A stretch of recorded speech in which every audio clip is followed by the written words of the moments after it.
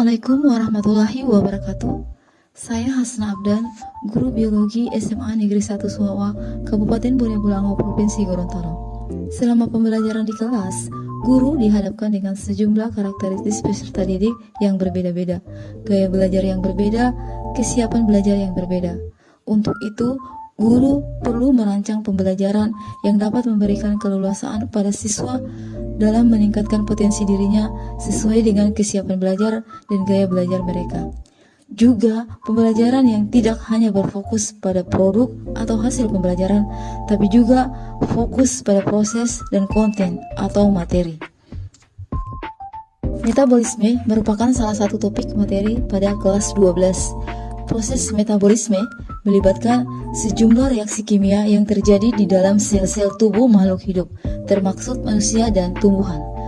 Untuk membuat pembelajaran menjadi lebih nyata dan kontekstual, maka sangat dibutuhkan media sehingga peserta didik dapat melihat objek yang tidak bisa dilihat karena ukurannya yang sangat kecil. Pada video kali ini saya akan menampilkan praktek kegiatan pembelajaran berdiferensiasi dengan memanfaatkan platform Merdeka Mengajar pada materi metabolisme sel. Langkah awal sebelum melaksanakan kegiatan pembelajaran adalah persiapan. Pada tahap ini, saya membuat rencana pembelajaran, mempersiapkan sumber belajar dan media yang dapat membantu peserta didik dalam memahami dengan mudah materi pembelajaran sesuai dengan kebutuhan dan gaya belajar mereka. Pada tahap ini juga, saya memanfaatkan platform Merdeka Mengajar. Di bagian perangkat ajar, modul dan bahan ajar, saya mendownload video dan komik pembelajaran materi metabolisme sel yang nantinya saya akan gunakan dalam proses pembelajaran nanti. Selanjutnya saya melakukan asesmen diagnostik. Yang pertama, asesmen kognitif. Tujuannya untuk mendiagnosis kemampuan dasar atau pemahaman awal siswa pada topik metabolisme melalui Google Form. Hasil analisis, saya memperoleh kelompok kesiapan belajar murid. Selanjutnya, asesmen non-kognitif. Asesmen ini bertujuan untuk mengetahui kondisi psikologi dan sosial emosi peserta didik, serta minat dan gaya belajar. Hasil analisis, saya memperoleh 3 gaya belajar peserta didik. Yang pertama, gaya belajar auditori, yaitu gaya belajar dengan mendengarkan. Kedua, gaya belajar visual adalah gaya belajar dengan melihat. Dan yang ketiga, gaya belajar kinestetik adalah gaya belajar dengan menggunakan gerak atau praktik. Dengan adanya ketiga aspek gaya belajar tersebut, siswa dapat belajar sesuai dengan gaya belajarnya masing-masing. Pada kegiatan pembelajaran, yang pertama, pendahuluan. Guru mengucapkan salam, menyapa peserta didik, berdoa. Selanjutnya menerapkan pembelajaran sosial dan emosional, kompetensi sosial dan emosional kesadaran diri melalui teknik stop.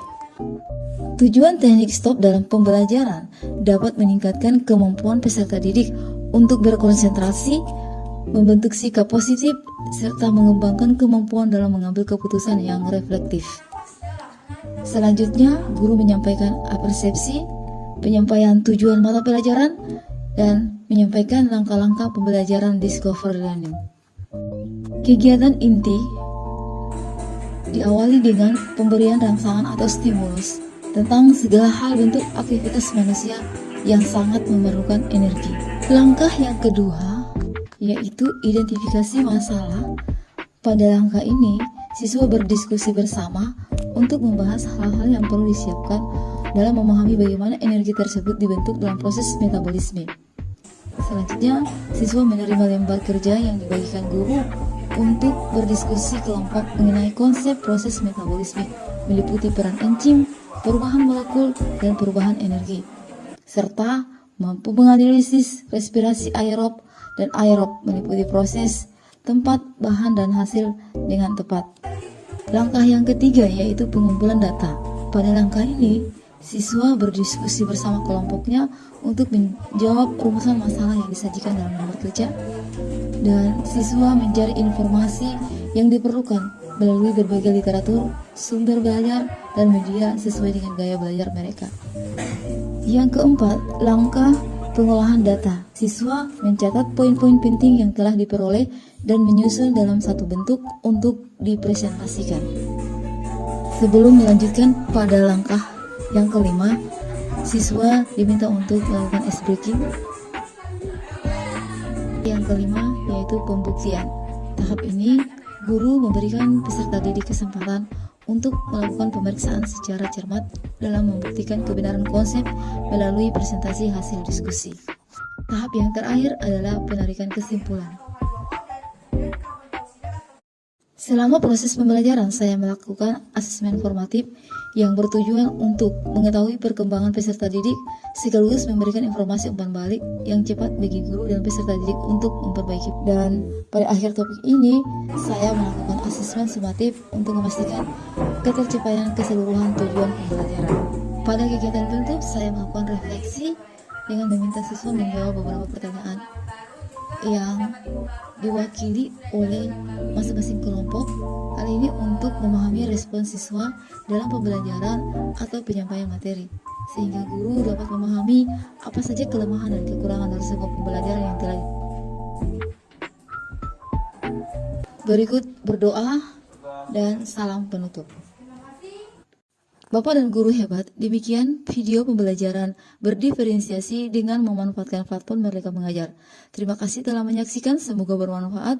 Wassalamualaikum warahmatullahi wabarakatuh.